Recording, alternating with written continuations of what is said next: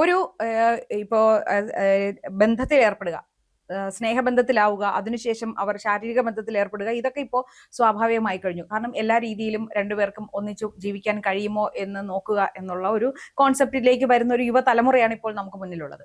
അതുകൊണ്ട് തന്നെ ആ ഒരു ബന്ധം സ്ഥാപിക്കുക എന്ന് പറയുന്നതൊന്നും ഒരു തെറ്റായിട്ട് ഇവിടെ ആരും കരുതുന്നില്ല. ഇപ്പോ ഗർഭിണിയായി കഴിഞ്ഞാൽ, വിവാഹിതയാകും മുന്നേ ഗർഭിണിയായി കഴിഞ്ഞാൽ അതിന്റെ ഉത്തരവാദിത്വം ഒറ്റയ്ക്ക് ചുമക്കാൻ കഴിയും എന്ന ഒരു ധാരണ ഇല്ലാത്തൊരു പെൺകുട്ടി ഇപ്പൊ എത്ര സ്നേഹിക്കുന്ന ഒരാണിനെ ആയാലും ശരി, അയാൾ നിർബന്ധിക്കുകയാണ് ഒരു കുട്ടി ഉണ്ടാക്കണം, വിവാഹത്തിന് ശേഷം കുട്ടി ഉണ്ടാക്കിയാൽ മതി എന്ന് പറയാനുള്ള ആ ഒരു ആർജവം എന്തുകൊണ്ട് ഈ പെൺകുട്ടി കാണിച്ചില്ല? ഈ പെൺകുട്ടി എന്നല്ല, ഈ നാട്ടിലെ ഏതൊരു പെൺകുട്ടിയും, ഇനി എത്ര എന്തോന്ന് പഞ്ചാരയിൽ സ്വർണം ഉരുക്കി കൊടുക്കുന്ന കാമുകനെ ആയാലും ശരി, വിവാഹത്തിന് ശേഷം മതി കുട്ടി ഉണ്ടാക്കുന്നത്.